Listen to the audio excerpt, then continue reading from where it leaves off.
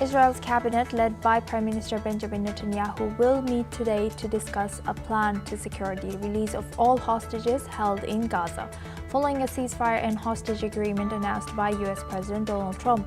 Meanwhile, Saudi Arabia has welcomed the Gaza ceasefire and expressed hope for a just and comprehensive peace.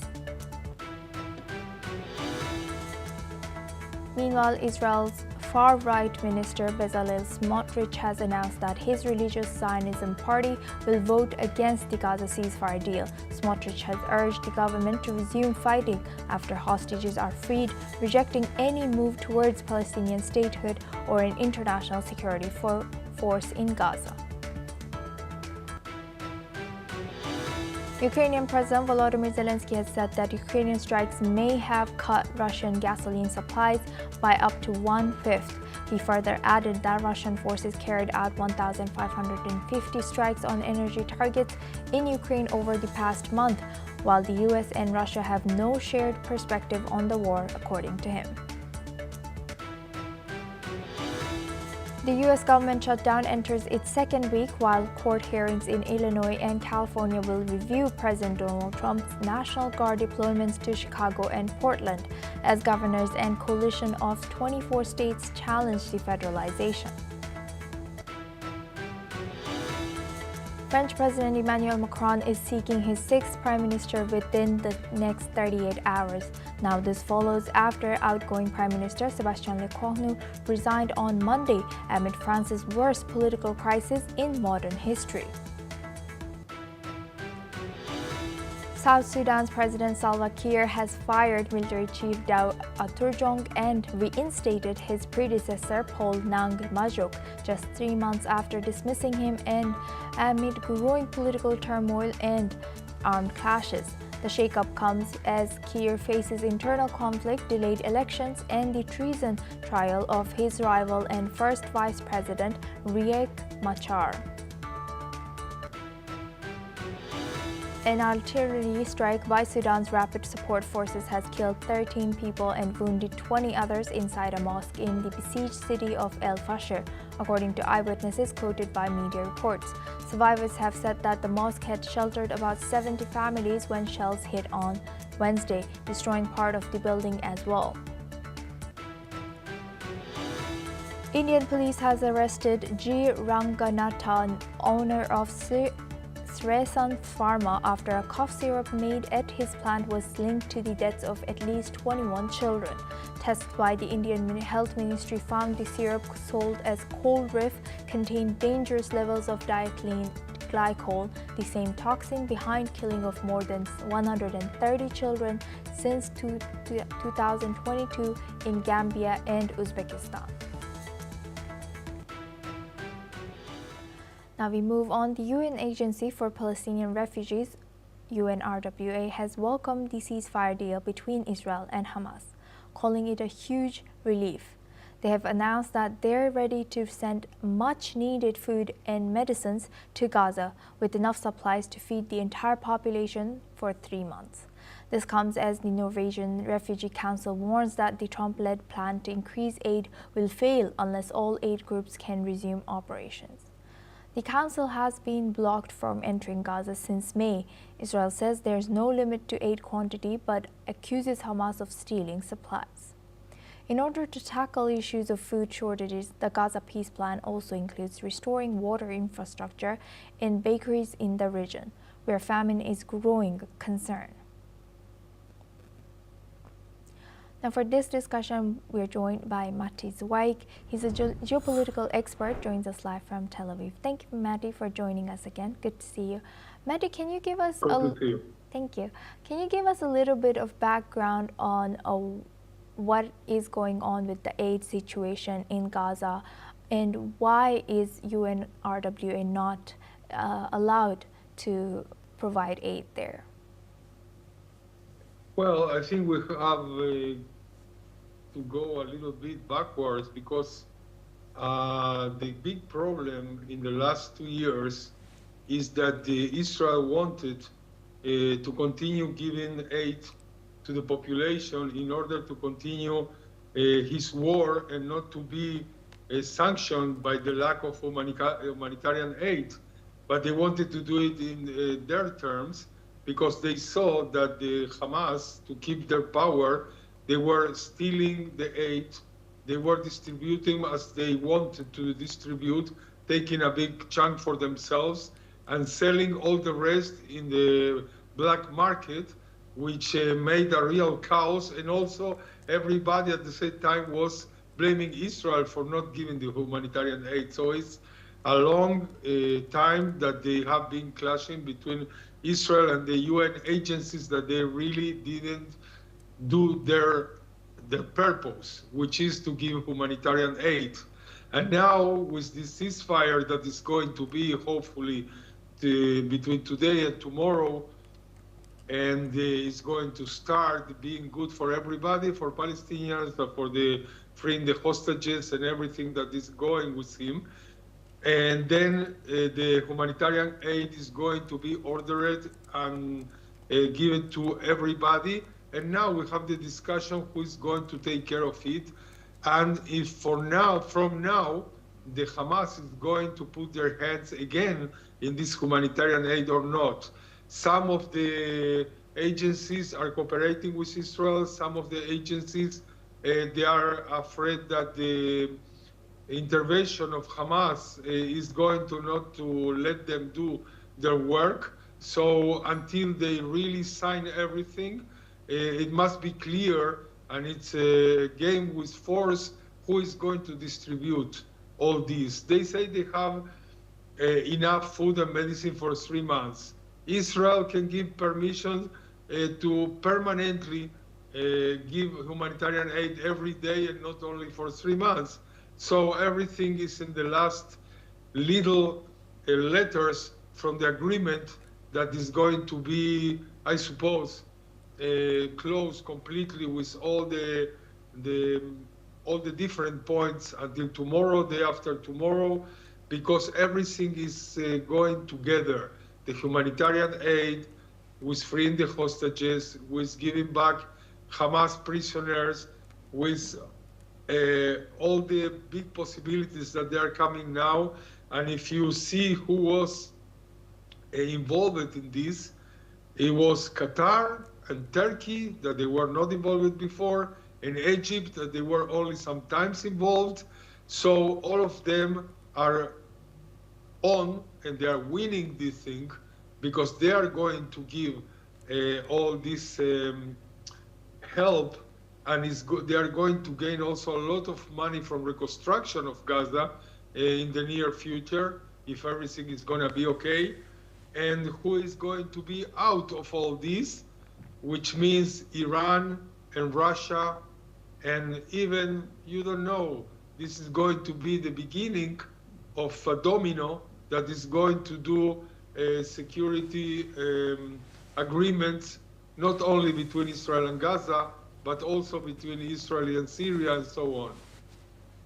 And Maddie, what about the Gaza Humanitarian Aid Foundation? What is going on with them? Do you have any idea about if GHF is still providing aid in Gaza? They never stopped providing aid. There were a lot of problems because in some points there were local problems, or there were people from the Hamas intervening, and they must also be part of the distribution of the aid. I suppose the United States is going to push to give a more important role for this, but let's see what's going on the ground. What is for sure is that Israel doesn't want Hamas to be again the one that is taking care of the humanitarian aid. So they must be part of the agreement anyway. Okay. Thank you for sharing that. And now, can you tell us how's the mood like in Israel? Are people happy about this? Are people optimistic about the upcoming and the situation that's ongoing now?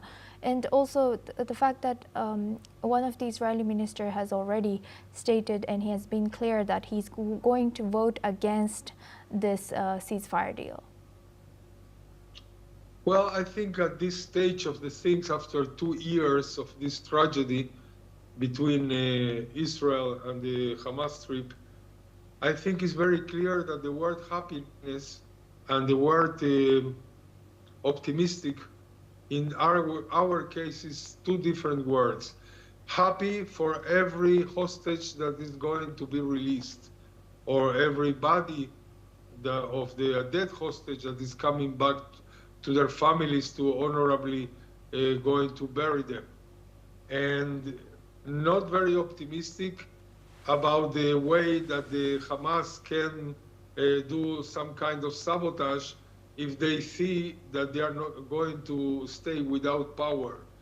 And from the point of view of Israel, they are going to do everything they say and promised, but also they are going to do the same as in other parts with the ceasefire, like with Hezbollah in Lebanon or with Syria. I mean, they are going to fulfill all the points of the agreement.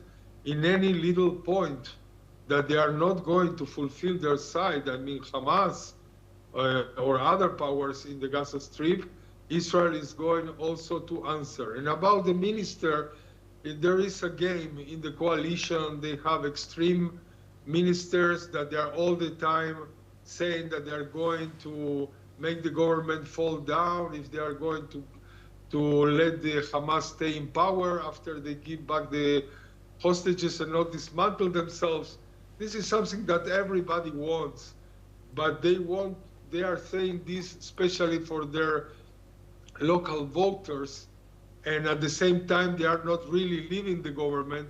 So they are very pleased that they have a part in the government, and they are going to do everything in their power to stay in the government, even if they talk in such a way.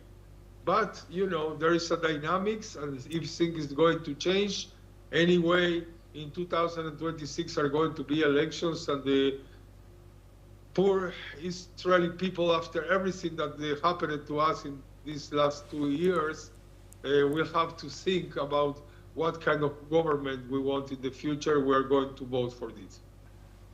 Thank you very much, Maddie. That was very insightful. Thank you for always joining us and sharing that insight on NewsX World. Now we move on to our next news. Citizens across the Middle East have expressed joy and optimism after the announcement of a ceasefire and hostage deal under U.S. President Donald Trump's initiative to end the war in Gaza. People in countries like Lebanon, Egypt, Syria, Yemen, Jordan, and Saudi Arabia have hoped for successful implementation of the agreement. Let's in fact listen into what some of them have said. الذي تم في شرم الشيخ قد قبلت به المقاومة وحققت ما كانت تصبو إليه من شروط ابتدائية وضعتها، وهو الانسحاب الكامل وإخراج الأسرى ومنهم المؤبدات ذوي الأحكام العالية. والله اتفاقية إن شاء الله إنها كويسة، وإن شاء الله إنها تكون تطبق على الواقع، ونتمنى إن شاء الله إنها تتيسر أمورهم وتنحل أمورهم كاملة إن شاء الله بغزة، ونتمنى إن شاء الله يتم إيقاف إطلاق النار ونخلص من المأساة اللي هم فيها. أنا سعيد جدا أن أنا سمعت إيقاف الحرب على غزة، وكما شرحت سابقا أن الحرب عبثية وحرب يعني لم تحصل في التاريخ، والمجازر الذي حصلت في غزة هي وسمة عار في كل عربي ومسلم، وسنسأل أمام الله فيها. أتمنى أن تكون هناك ضمانات، لا نريد يعني وقف الحرب كسابقها، نريد وقف حرب نهائي إن شاء الله. Now we move on to Europe. European Commission President Ursula von der Leyen has survived her two separate no-confidence votes in the European Parliament today, highlighting political tensions but leaving her leadership intact. The first motion, brought by the far-right Patriots, received 179 votes, while a second from the left gained 133 votes, both well below the 361 needed to unseat her in the 720-member chamber. Von der Leyen has, reacting to the news, thanked the European Parliament for its strong support. Although the votes posed no real risk to her position, they exposed unease within her own pro-European coalition. Critics from the left and center accuse von der Leyen and her center-right European People's Party of cozying up to far-right forces and diluting key environmental policies. Von der Leyen has also faced a similar challenge from the far right in July, which she likewise survived. Now for this discussion, we are joined by Professor Andrew Latham. He's a professor of international relations, joins us live from Minneapolis. Thank you very much, Professor Andrew, for joining us again. Good to see you. Professor, now given that Ursula von der Leyen has survived 2 no confidence votes, but the votes themselves revealed something, what do you think that this reflects? Well, at one level, it reflects that the centrists have come together to support their person in office. She's faced challenges both from the left and the right in recent hours, but also in recent months. But I think there's another way of reading this, which is that this is pushback against what I at least perceive to be her attempt to engage in bureaucratic empire building. She's really asserting herself with respect to the Ukraine war, with European defense, green issues, et cetera, and I think many people, both within the European Parliament and beyond, think she's overstepping a little bit, and so it's this kind of pushback is not terribly surprising. Not fatal for her politically, but she's certainly wounded, I think, politically. And how do you think her leadership or reputation will be moving forward about this growing division within European coalition? Well, she's an adept and astute politician, so she's going to look at coalition building still, maintaining her base, as it were, which is centrist. As I said, she came under attack from both the left and the right in recent times. But I think, too, reaching out to some of the more malleable elements of the left and the right. If she can expand her coalition, she can build that out a little bit, then she's going to be much more secure. Even from the sort of political damage that she suffered, even though it hasn't hurt her in terms of institutional power, she still can do what she can do. So that's what I see, that she will be trimming her sails, as it were, so that she will be more appealing to more people on the left and the right and consolidate her centrist coalition. And critics from the left and center have accused her of aligning too closely with far-right forces and compromising on key environmental policies. How do you think she will respond to these criticisms? Well, I think that was her reaction to her coming under attack from the right in recent months. I think she's reached out to try to consolidate that element of her coalition, expand her coalition in that direction. Unfortunately, if you give something to the right, then you're going to take flack from the left and the center, and I think that's what we've seen here. So she's already trying to expand that coalition. The extent to which it can be expanded, I think, is up for question, and I think we're seeing a kind of normal reaction on the part of the left to her attempt to build better relations with the right. And given the EU's ongoing commitment to promoting global peace and cooperation, how should European Union stay united? Well, I think they should focus on, first of all, the key things that they are called upon to do under the EU constitution. Defense and security issues aren't really part of that. That has fallen to NATO historically. Focusing on trade, focusing on certain elements of culture within Europe. European Union officials tend to think of themselves as a player on the world stage, as a great power, as it were, and I think that's slightly overblown. They're not in the same league as the United States or Russia or China or India. For one thing, it's not a country, it's a federation of countries. But I'm not sure that players around the world take European Union policy pronouncements all that seriously. Right. With that, I would like to thank Professor Andrew for joining us and sharing that insight. Thank you. Please stay with us as we come back to you for our next discussion as well. Now, at the European Union's Global Gateway Forum today, Colombia's President Gustavo Petro has criticized the United States, accusing it of military aggression in the Caribbean. He has further stated that the U.S. is isolating itself with these actions. Let's listen in. Hoy por hoy, la realidad es que se quieren aislar y están produciendo una agresión militar en el Caribe, y he pedido a todos los cancilleres caribeños que nos reunamos, porque lo que suenan ya son los misiles, y una guerra represiva interna en las ciudades norteamericanas contra una etnia, varias etnias que son las latinoamericanas. Mientras Estados Unidos no quiera juntarse con el mundo, podemos juntarnos.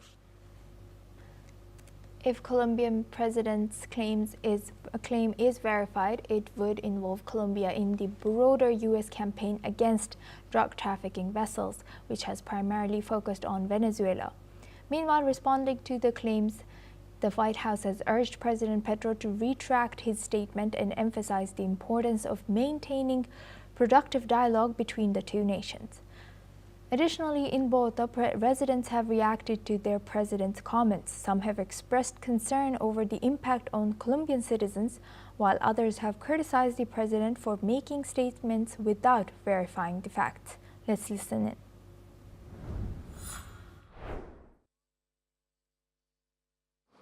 Digamos que inquieta a la población. Eso puede ser, mañana pueden ser hijos de cualquier familiar o pueden ser familiares que se encuentren en esas zonas. Entonces, por supuesto que dolor de patria por la pérdida de esas personas que son compatriotas, y preocupante también todos los hechos a nivel de lo que está ocasionando la intervención de Estados Unidos pues allí en el Caribe.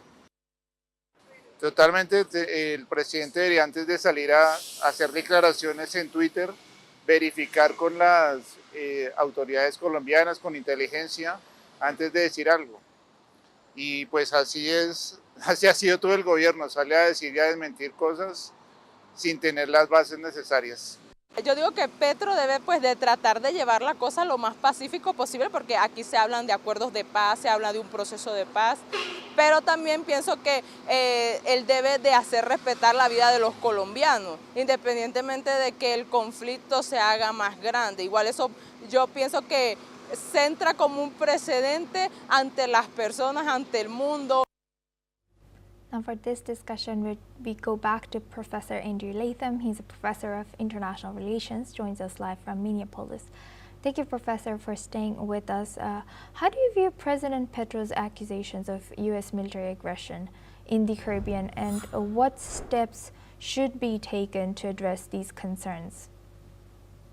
When I heard this news break, I immediately thought of the parallels between the Indian case over tariffs and this particular case over Colombian civilians. In both cases, the underlying relations, U.S.-India, U.S.-Colombia, are really tight, really close, but something has happened which has introduced turbulence into the relationship. And I won't rehash the entire India-U.S. tariff thing because your viewers are already well aware of that. But what they might not be aware of is the fact that Colombia has been a non-NATO ally of the United States since 2022. A free trade agreement was struck between the two countries in 2012. There's a large Colombian diaspora in the United States. The underlying relationship between Colombia and the U.S. is close and tight and strong. But we see now the Trump administration's anti-narcotics campaign in the Caribbean escalating horizontally. And what I mean by that is it was focused on Venezuela. Now Colombia is drawn in. One wonders what the next country to be drawn in will be. So that's a concern. And also, President Petro is not particularly friendly towards the United States and is more friendly towards Venezuela. And so that kind of regional political dynamic, geopolitical dynamic is kicking in as well. Will this end the U.S.-Colombian relationship? No. Will it introduce some turbulence in the short to medium term? Yes. Does this embolden Petro in terms of him taking Colombia in a different direction over the longer term? Perhaps. And with President Petro accusing U.S. military of aggression in Caribbean, do you think this marks a shift in Latin America's attitude towards U.S.? I think yes is the short answer.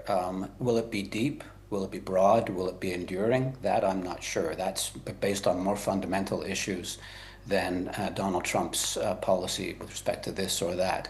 However, U.S. gunboat diplomacy in the region conjures up deep, deep memories in that part of the world, which for 100+ years was subject to something called the Monroe Doctrine, in which the United States claimed the right to use its naval forces to shape the politics in the region so that no external power could get a foothold, whether that be Germany in the 30s or whomever.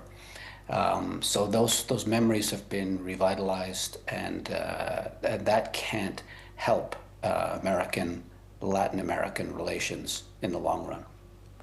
And lastly, Professor, in light of the statements from President Petro, how should the U.S. approach its relationship with Colombia or other Latin American countries, such as you mentioned Venezuela, that are becoming increasingly critical of U.S.'s interventionist policies?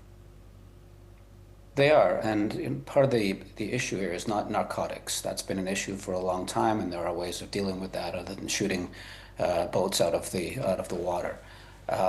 We're in a different era of geopolitics now, great power competition, and what's really motivating Trump and his advisors is not the narcotics issue. That's just wallpaper. The real issue here is that China and Russia are, in his perception, gaining a foothold in Latin America via Venezuela and perhaps via Colombia as well. And that's not welcome in an era of great power competition. Again, memories, reflexes, as it were, of the Monroe Doctrine.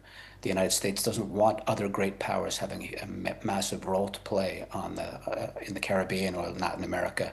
And this might be seen as steps to exclude China and Russia from that part of the world, not just as policing narcotics. Thank you very much, Professor Andrew Latham, for joining us and sharing that insight. Now we move on. French President Emmanuel Macron is close to naming a new prime minister amid a deepening political crisis.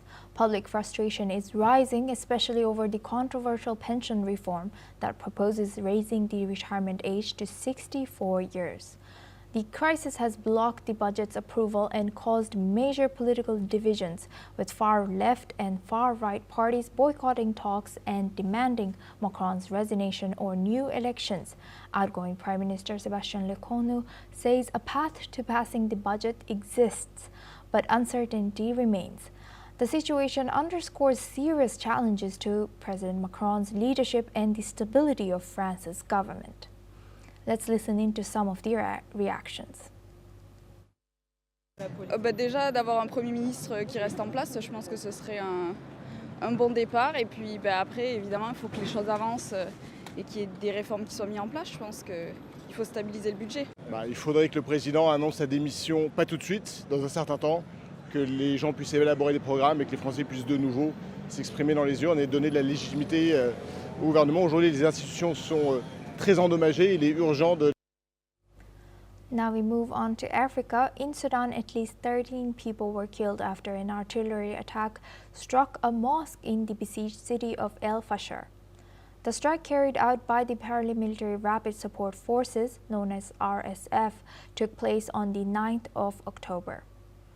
One resident has said that after the shelling, 13 bodies were pulled from under the rubble and laid to rest. Another survivor has recounted that around 70 families had been sheltering inside of the mosque after the forces entered their homes. The attack also left at least 20 people wounded and caused heavy damage to the building.